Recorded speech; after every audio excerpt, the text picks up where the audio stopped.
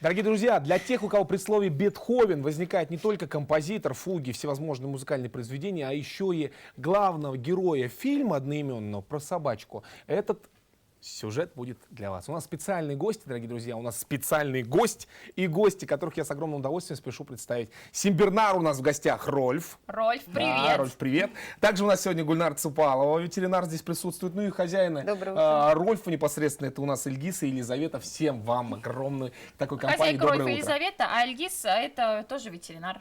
Доброе утро. Да. Доброе утро. Рольф — это наш клиент. Вот, кстати, давайте поговорим о Рольфе. Рольф, доброе утро. Он вот так нам взглядом нас. Вот, молодец, привет, Рольф, доброе Повернулся. утро. Давайте поговорим про Симбернарова. Это порода достаточно добрая, как мы уже поняли, да, здесь. Расскажите, какая их особенность вообще в поведении и в жизни? То есть собаки агрессивные, есть собаки, которые защищают территорию. Кто у нас Рольф? Ну, Рольф вообще сам по себе очень добродушный, и ему сейчас, вот хотелось бы сказать, всего 8 месяцев. Это 8 еще месяцев. совсем ребенок, он даже не подросток. Какой ты да. маленький, Рольф, прям А так уже хочется тебя. вес, наверное, составляет килограмм 40. Очень крупное животное, Невероятно. конечно, да.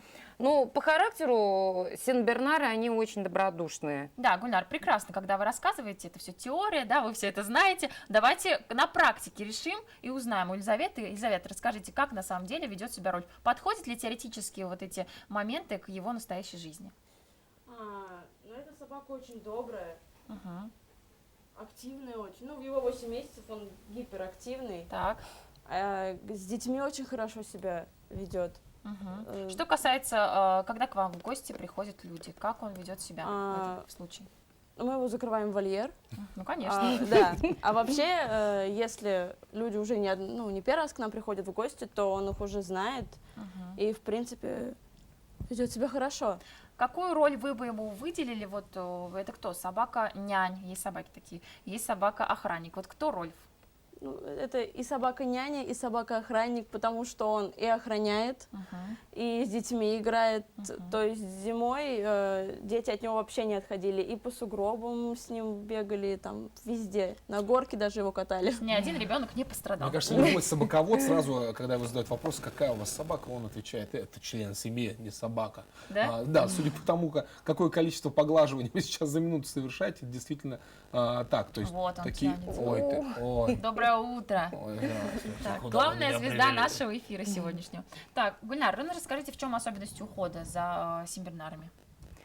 Ну, особенности, главное кормление, конечно, чтобы правильное питание было, да, сбалансированное, чтобы не было, ну, естественно, конечно, у всех животных и у человека есть свои определенные какие-то вкусняшки, лакомства, да, ну, тоже уж особо не перекармливайте этими лакомствами, есть Ну, мы специальная видим, корма. достаточно стройная собака, достаточно стройная, так. Ну, вот у хозяйки можно спросить, сухой корм употребляет Рольф. Да, мы с утра чеплашку сухого корма, а вечером у нас гречка там с мясом, с То есть каким-нибудь. 2 раза всего. Кстати, Да. говоря про питание, вот многие не знают, а я скажу это, что собакам, вы мне подтвердите, надеюсь, мои слова, не рекомендуется, категорически даже запрещается давать куриные кости. Да, это так или нет? Это так, Это да, так, друзья, действительно. перестаньте кидать собакам куриные кости. А почему? Вот вкратце. Ну, куриные кости опасны, они, в принципе, вкусные, но... Очень вкусные, да. Да. Мы-то знаем. Да, но представляют опасность тем, что они очень хрупкие, и когда собака грызет, они ломаются, эти косточки, да, и образуют такие острые, ну, становятся такими острыми, и, попадая в пищевод и желудок, могут повредить стенки пищевода, стенки желудка, поэтому не рекомендуется. Лучше дать хороший Да. говяжий масол, пусть грызет и удовольствие испытывает большое, да. Поэтому, дорогие друзья, даже те, кто хочет собачку во дворе подкормить, ну уж, пожалуйста, вы как-нибудь без косточек обойдитесь, Да. потому что от этого только вред.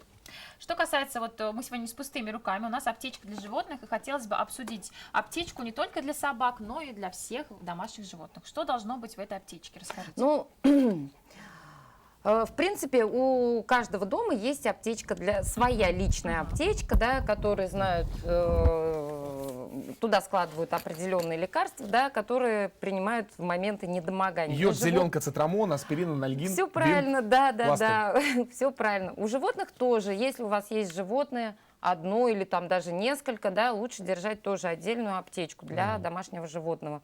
Ну, что прежде всего нужно там... Открываем Сейчас мы- аккуратненько. Да. Она прям в плотном кейсе, все как Да. положено. Так. Что должно содержаться в аптечке? Прежде всего, это бинты. Ну, такой, это называется расходный материал. Бинты, вата, это если, допустим, какое-то повреждение, чтобы рану обработать, да, перевязать, ну, настолько, насколько может хозяин, пока не доехали до ветеринарного врача. Потом физиологический раствор. Так. Это используют при обезвоживании, при отравлении. Если умеете делать подкожно, да, обязательно можно сделать подкожно, миллилитров 10-20. Ну, для этого... да. Миллилитров 10-20? Да, или да, литров? да. А, всё, Миллилитров, ну, не литров. Вы что? У меня шок. Так. Да. При переохлаждениях, перегревании обычно обезвоживание наступает, да? Если нету физраствора, нужно охладить лапы, живот и голову животному. Обязательно, потому что при перегревании очень быстро развиваются симптомы, там вот обезвоживание, да, одышка страшная, и может ну, к летальному исходу привести в течение 7-8 минут. Очень быстро. А диагностируемое перегревание как по старинке, по носу, теплый нос, холодный Юрий, нос? расскажите, вот как? На самом деле, да, несколько методов. Как бы есть простой народный, то есть приложили руку к носу, как бы посмотрели то, что температура может повышена, и также на носовое зеркало. Смотрим, если есть потовые отделения, то есть у собак на носу есть потовые железы. Вообще как бы у собак их нет, но на носу нет. А есть собачий и на дезодорант лапах для есть. носа? Нет, они не пахнут. Мало ли свиданий. Да. Ага, Вот. так. И то есть, если потовых отделений нет, то значит тоже что-то не так. Значит, повышенная температура может быть. Ну и есть уже термометрия, используется градусник. А, то есть в аптечке еще и градусник должен быть. Ну, градусник, по наверное, у возможности. всех дома есть, в принципе, да. Да. А Ну, можно ли животным после, отдельно. после собачьего градусника ребенку градусник Вот именно, использовать? да. Да. Поэтому лучше То отдельно. есть все должно быть индивидуально. Хорошо. Вот мы смотрим здесь уголь активированный. Может ли он пригодиться для собак? И в каких случаях? Тоже при отравлении? Обязательно. Уголь активированный используется при отравлениях. Собаки очень часто, да, они же любят везде нюхать, там искать что-то, найдут, это обязательно на язык, на зуб попробуют, да. И, ну, распространено такое движение дог-хантеры. Слышали, наверное, да? Они разбрасывают ядовитые Кошмар. да, Вещества. продукты, нет, яд, который в продуктах, и разбрасывают, животное нюхает, и яд ничем не пахнет, и вот они могут съесть, и тоже буквально в течение 10-15 минут животное может погибнуть. Так. И вот Но если вы прибью, видите... но вообще воспитанная собака, задумайтесь об этом, она ничего с улицы Да и люди есть не воспитанные должна. так делать не будут. Не должны ни в коем Да. случае. Перестаньте, перестаньте Ну, они есть еду тоже на улице. не могут против своего инстинкта. Если что-то Ну, вкусно конечно. пахнет, Прям они, вообще конечно, чрезвычайно. да. Так, ну что касается еще каких методов. Так. Я знаю, что некоторые собаки к старости начинают нервничать, переживать, как и люди, в общем-то. Успокоительное? Да, что делать с сердечком? А, кстати, да, у животным тоже можно давать валокардин, валосердин, да, такие вот препараты. Валерьянку, водку. Ну, не водку, уж вы что. Так. Нет. Ну, вот такие успокоительные, да, можно использовать. Также если, допустим, какая-то аллергическая, да, реакция, да, тоже одышка может появиться. Супрастин в аптечке должен быть. То есть, в общем-то, должна быть аптечка для домашнего питомца. Ну, смотри, Елизавета, здесь у нас- скажите, у вас есть аптечка для Рольфа? У нас есть аптечка, там лежит как раз активированный уголь. Так. Еще у нас лежит марганцовка. А, да, На всякий марганцовку тоже, да, Для чего? используют. Ну, также вот при отравлениях или если сделать сильный раствор, для обработки ран можно сделать. А, еще вот одно лекарство можно я скажу? Конечно. Левомиколь. Да, Так. вот. Если ваше животное травмировалось, да, до приезда к ветеринарному врачу можете рану обработать левомиколью. Или если глубокая рана, там подкожная, прям можете выдавить под кожу вот этот левомиколь. Очень хорошее средство. Так что используйте обязательно. Пригодится. Но и Всё, прежде да. всего необходимо помнить о собственной безопасности, так Так. как неизвестно, то есть, Где он шлялся? да, непонятно, что подцепил, поэтому необходимо использовать перчатки, Так. вот, И и маску. масочки. И масочку. Да. Ага. То есть Обязательно. это Слушайте, тоже нужно иногда и в соблюдать. людском мире тоже необходимо Да, иметь. да. Что поменялось? Что Масочку. поменялось? Итак, я хотела спросить Елизавету. Елизавета, скажите, пожалуйста, вот в 8 месяцев Рольфу есть ли какие-то особенности характера? Ведь у животных тоже есть характер. Успел ли он проявить за это время свой характер? Как вы? Э, Оцениваете. Да. Что ты говоришь? Это про меня? Это вы Так. про меня? Он, ну, как я уже говорила, то, что он защищает свою территорию. Мы недавно привезли Алабая.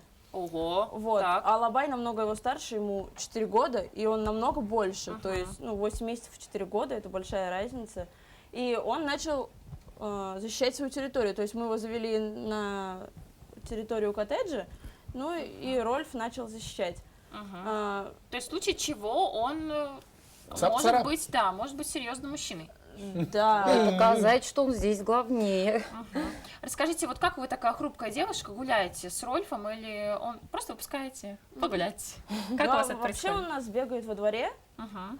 а так, если мы все-таки выходим с ним гулять на поводке, то, скорее всего, он со мной гуляет. Да, Да, я за ним бегаю. А вообще мне помогают. Мне помогают еще трое здоровых охранников. парашютов, Спасибо два большое, что кирпича. вы пришли к нам сегодня. Друзья, сегодня мы Может, обсуждали... Рольфа поднимем в полный рост, чтобы Давайте, посмотрели, если есть какой такая он. возможность, Давайте Елизавета, попробуем. конечно. Так, Только главное, Да, не ну говорите просто слово он из Рольф. 3 букв ФАС, которые... идемте поближе к нам вставать, Елизавета. Рольф, Так. пойдем. Роль, встаем. Пётр Ой, разленился. Клёбр, да, так хорошо. Вот он, дорогой. Во Все. всей красе. Друзья, это утро в столице. Мы продолжаем, Здравствуй, мой пока хороший. Здравствуй, здравствуй, что-то не здравствуй. произошло. Здравствуй, Ой, какой здравствуй. добрый. О, да здравствуй, здравствуй, Всё, здравствуй. это, кстати, продолжается.